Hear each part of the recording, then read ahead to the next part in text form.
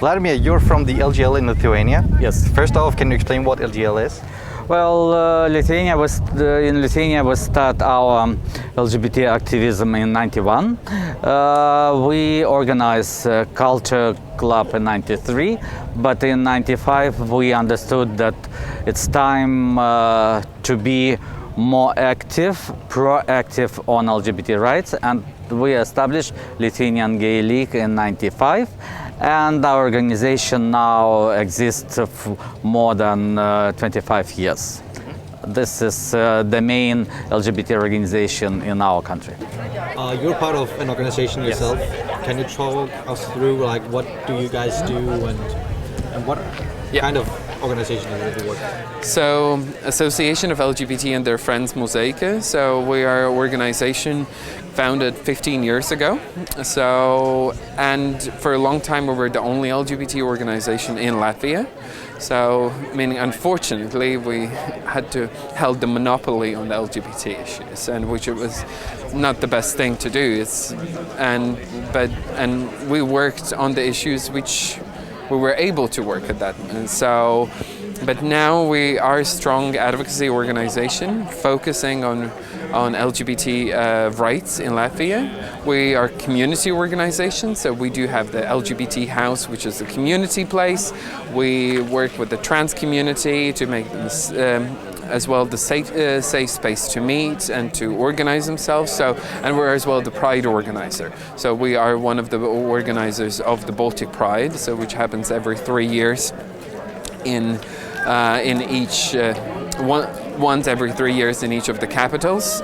So this year was time for Riga, and which we're quite excited to announce as well that starting from the next year, actually Riga Pride is coming back, because before that we had Pride only once in 3 years, but the community really wanted to have something that where they could get together, have a sense of belonging, and as well that's the place where we could out all of our problems and all of the issues that we need to improve in our countries. Do the government support your pride? No. But you do it anyway. Of course, it's like we have grown, and our pride has grown from being one of the shames, I think, of the European Union to something that we see that things are happening. So yeah. Luckily, for the past 2 years, we get some funding from the government, which is it is a big step. So no, some politicians are not happy about it, but it's like we entered the competition and we won some of the projects. So this is what it is. But it's a good progress. I'm hopeful. If you look at the Lithuanian people, are they against LGBT rights, or are they opposed it? Because we are one of the main organizers of Baltic Pride in our country, I have to say I remember when we started at 2010. For me, it was terrible moment when I realized how hate crime and hate speech might materialize. When you start feeling this hate crime and hate speech here and physical. It was physical threat, and it was so dangerous.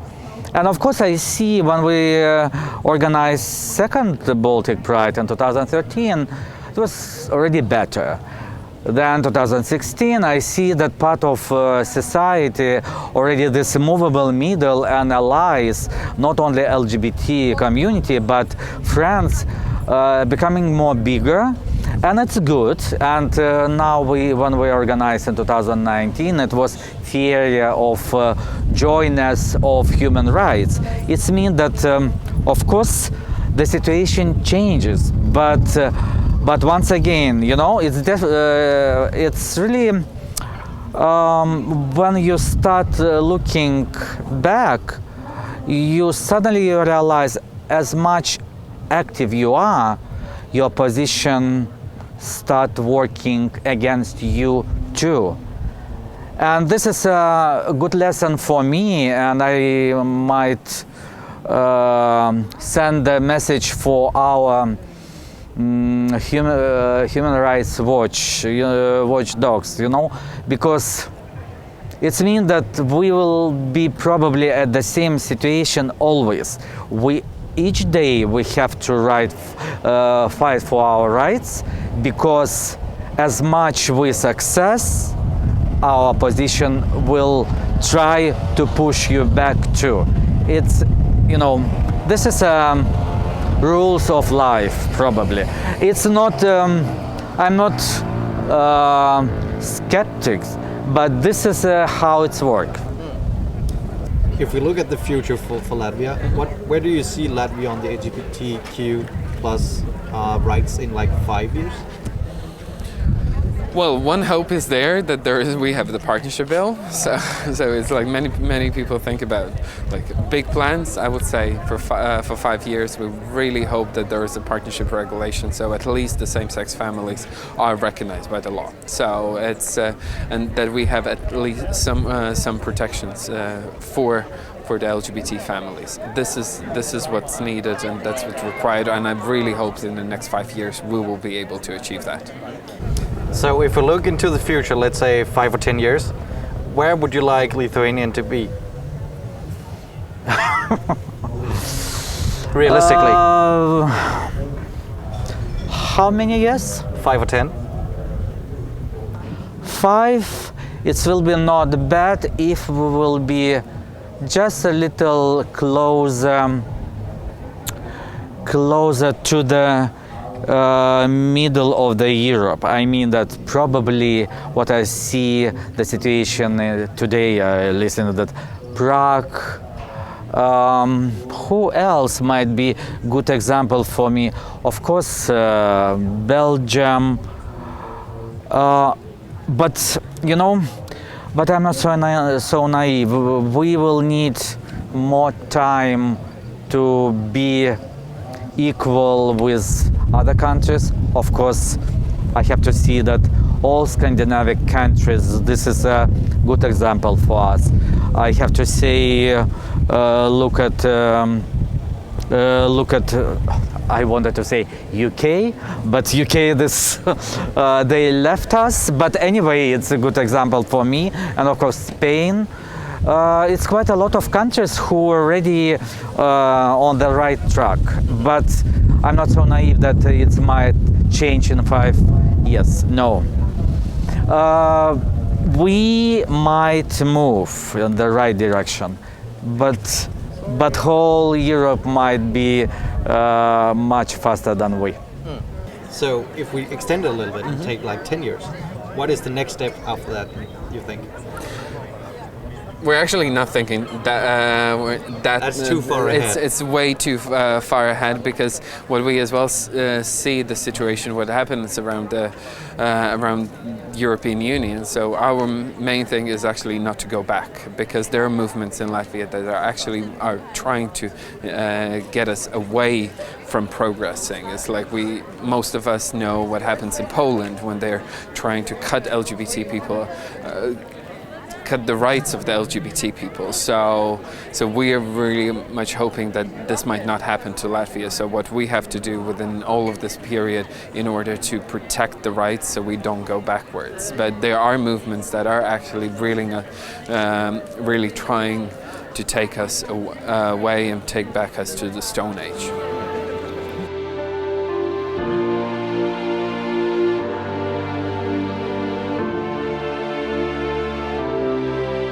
So do you think that you will have something like, let's say, same-sex marriages in 10 years?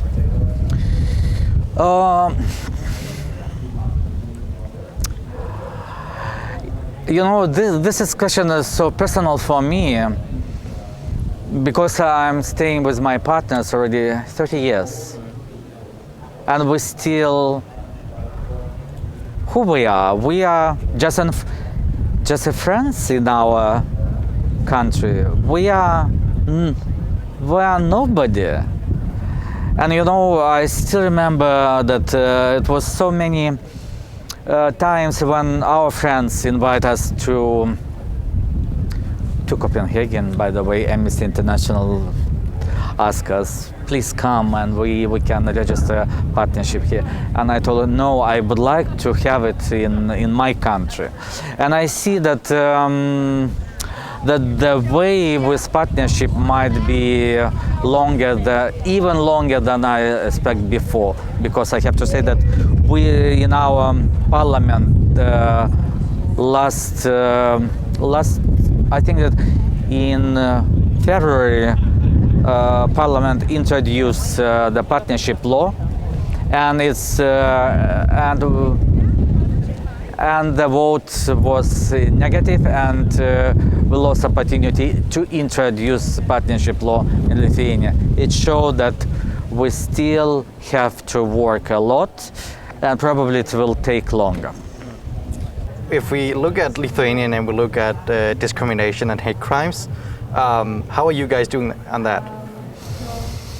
Well, of course, we are happy that in Lithuania we have law on equal opportunity, we have ombudsman on equal opportunities, and we as an organization work really hard with this hate crime and non-discrimination policy in our country. But you know, this is a never-ending story. I mean that my feeling is, as much we work on it, as much we see how much we have to do with all society, because you know we as an organization quite small compared with whole governmental and politician, and it means that what I see, we really are looking for big unity with politicians, with political agenda in our country, and of course with help of European Parliament, the European Commission, what we already have. When you guys first started out with Pride, I guess it would be kind of a struggle. Like, yeah, the first Pride in Riga took place in 2005. It was before Mozaika was founded, and Mozaika was founded as a result of the decision. Mozaika was founded because of the first Pride and the crackdown. So first Pride in Riga was 70 people versus 3,000 violently protesting. So it was not, to say at least, the most pleasant experience. In 2006, they were even throwing excrements at us. So that is an experience which a lot of people have left the country, and I don't really think they ever were going to return. But we have grown. It's like in 2012 we applied for the Europride. So, and in 2015 we held the first Europride, and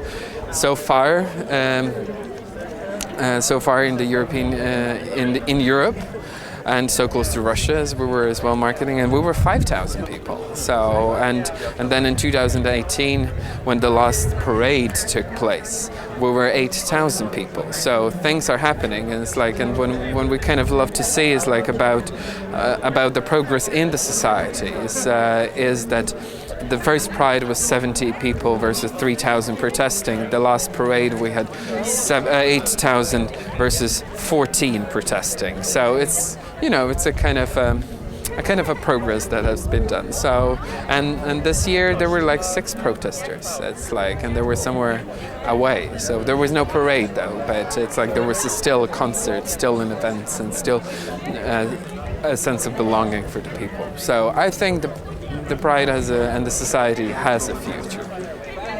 So if we look into the future, let's say 5 or 10 years, where would you like Lithuanian to be? Realistically. How many years? 5 or 10? 5. It will be not bad if we will be just a little closer to the middle of the Europe. I mean that probably what I see the situation today, I listen to that Prague. Who else might be good example for me? Of course, Belgium. But you know, but I'm not so naive. We will need more time to be equal with other countries. Of course, I have to see that all Scandinavian countries, this is a good example for us. I have to say, look at, I wanted to say UK, but UK, they left us. But anyway, it's a good example for me. And of course, Spain. It's quite a lot of countries who are already on the right track. But I'm not so naive that it might change in 5 years. No. We might move in the right direction, but whole Europe might be much faster than we. Do you think that the European Parliament should put more pressure on the Lithuanian government? Or, and like if they do, what do you think it will have of an effect on the Lithuanian government? You know, I have to say, I'm becoming just a little older. Why I say? Because I already have a feelings what activities might to what we can catch after when you push too much some government, because it might be opposite effect. You know, it's when you think probably we have to put more pressure. My feeling that when I start thinking about more pressure, it means that sometimes we might get opposite reaction. Of course, there is a lot of things how you might work with governments. And what I would like to ask European Parliament and European Commission to be more creative, to establish safe space for our politicians and for our government to understand that it might be only one way to move in the right direction of this strategy. How we have to do? I don't know. Probably more meetings. Probably it will be boring, but it's how it's work. Probably more action with conversation with civil society, round tables, and step by step, we might get right results. Probably it is a pressure, but it should be conversation in both conversation, in both ways. Yeah. Yes, it's what I think so.